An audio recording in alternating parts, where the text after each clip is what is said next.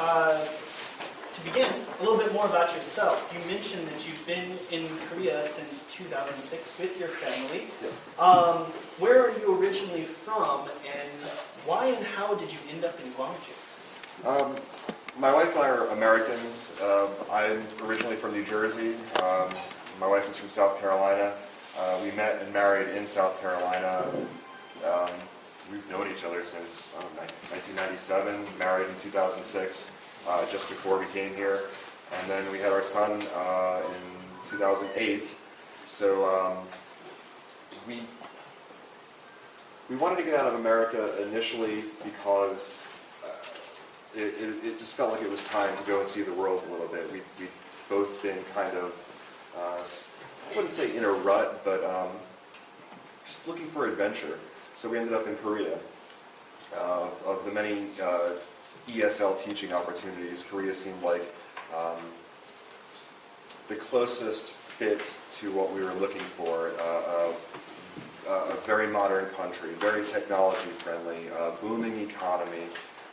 It was a great time to come here. ESL was huge. It's shrunk a little bit since then, I think. But initially it was, just to look for adventure. We came to Mopo originally, and just moving around, have found Gwangju, and we love it here. Good. And you mentioned that your wife has a background as an anthropologist. What is your own educational background? I am a college dropout, which is why I don't teach, but I am a great lover of books and reading, and so I'm self-taught in a lot of subjects, but qualified in none, so yeah, that's pretty much it. And so in that sort of sense, you clearly have a well-researched presentation today.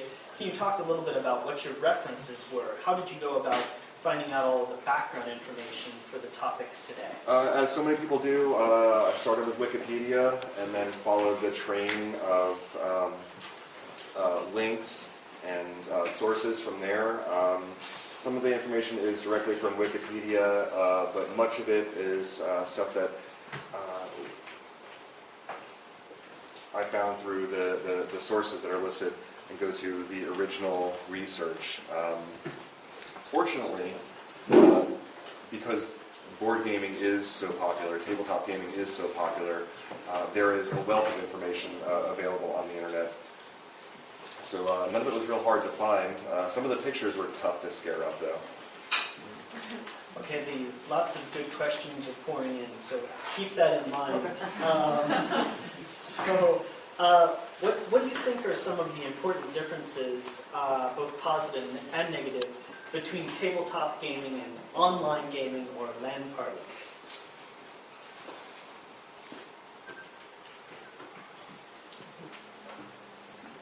I think that we are so tethered to our devices. To start today's presentation, the first thing we have to do is turn off all our phones.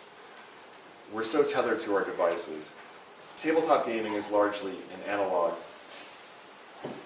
experience. There's no digital part of it. You roll the dice, you look at the number. You can get a digital dice roller, you can get a dice rolling app for your phone, but it's much more fun to walk around with a D20 or a set of just regular D6s. For me, it's an aesthetic thing. I can play video games every day. I have an Xbox at my house. I have a computer, the internet, video games that I've downloaded. I can play games on my phone. There's so many distractions that are me staring at a screen, an impersonal screen. And even if I'm talking to somebody on the other side of that, I can't see them. I can't gauge their emotions, their reactions. If we're all sitting around a table together, we can have conversations. We can look at each other. We can make eye contact. We can make friends in a way that you cannot do digitally. I think also the recent boom, I ran out of time and room in the presentation to talk about it, but I really think that a big part of the recent explosion of tabletop gaming is a direct reaction to the inundation, the flood, the absolute flood of digital media and possibilities and just huge wastes of time. I love my phone, but every once in a while when the battery dies, I set it down, I don't plug it in, I don't recharge it, I take a couple hours and I just ignore the phone and spend time with my son. We play a game together, talk to my wife, or sit at the alleyway or some other game cafe and just enjoy, oh my God, just breathing the same air as other people. So let's move on to the Gwangju gaming community. Who would you say is the average tabletop gamer here in Gwangju?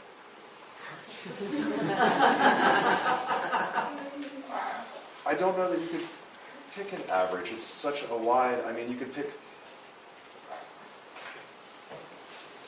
I think a lot of people would say classically gamers are geeks, nerds, especially when it comes to role-playing games. These are people who live in their parents' basement and never come out for oxygen, for fresh water, for except to use the bathroom or let their friends in because their friends brought Mountain Dew. There's no, that's the classic idea of the gamer. Now, you walk into any game cafe and you can see everybody from all ages playing games. There are games for every age. If you are a tiny little thing and you can grasp dice and roll them with mom's help maybe, you are playing a game. If you are, 90, 100 years old and you can do the same thing, even if it requires help, you are playing a game. There is no average, I don't think. So you talked a little bit about the stereotype. What about maybe a stigma surrounding gamers? And what about specifically around D&D? And do you think if there are more celebrities like Vin Diesel, who's a professed D&D gamer, oh, yeah. open, do you think that would help dispel some of the stigma surrounding gamers, particularly D&D style gamers? I do indeed believe that. It's not just Vin Diesel, but Stephen Colbert, Jon Stewart have talked about their experiences with playing D&D. D&D recently has been featured on The Big Bang Theory, which is a really popular show. I think they're in their 8th or 9th season now. There's a show called Community, which featured D&D in I think at least 2 episodes, maybe 3, and there's some of the funniest half hours on television. There is definitely a stigma associated with role-playing. You don't have to be a nerd, you just have to have an imagination, and everybody has an imagination. So someone in the audience wants to know exactly how they can start playing D&D. What would you recommend? How do you jump in? The easiest way to do it is to find a DM. But that's also, if you don't know somebody doing it, the hardest way. If you're interested, whoever asked the question, if you're interested, come to the alleyway on April 11th and just say, I need a DM. And 10 people are going to raise their hand on the spot. If you're really interested, leave an email address and we will organize a game, an introductory game for anybody, even if English is your second language. If you want to play, if you want to experience the amazing world that is role-playing games, it doesn't have to be Dungeons and Dragons. You can play as a vampire, you can play in a murder mystery, you can play in science fiction, you can play the Old West, you can be a World War I flying ace over Europe, shooting down German planes. It's limited only by your imagination. So it's maybe too big of a topic to address too succinctly, but there's also a whole world of card games as well, tabletop card games. Are you interested in those at all, or is that something you consider separate? I consider that very much in the realm of tabletop gaming. My experience there is very limited, and my time here was limited, so I was not able. Magic the Gathering, obviously the biggest one, worldwide fan base, hundreds of millions of dollars in an economy of trading these games, valuable cards that are worth tens of thousands of dollars. It's something that I wish I had time to get to. I could spend an hour talking about that alone if I had time to research it and do that. But there are people who are much more qualified than me. A few more questions. One is a little bit of conjecture here. What do you personally think the future of tabletop gaming looks like in the next 10 years, next 20 years? What do you foresee? It's only going to grow. I firmly believe that it's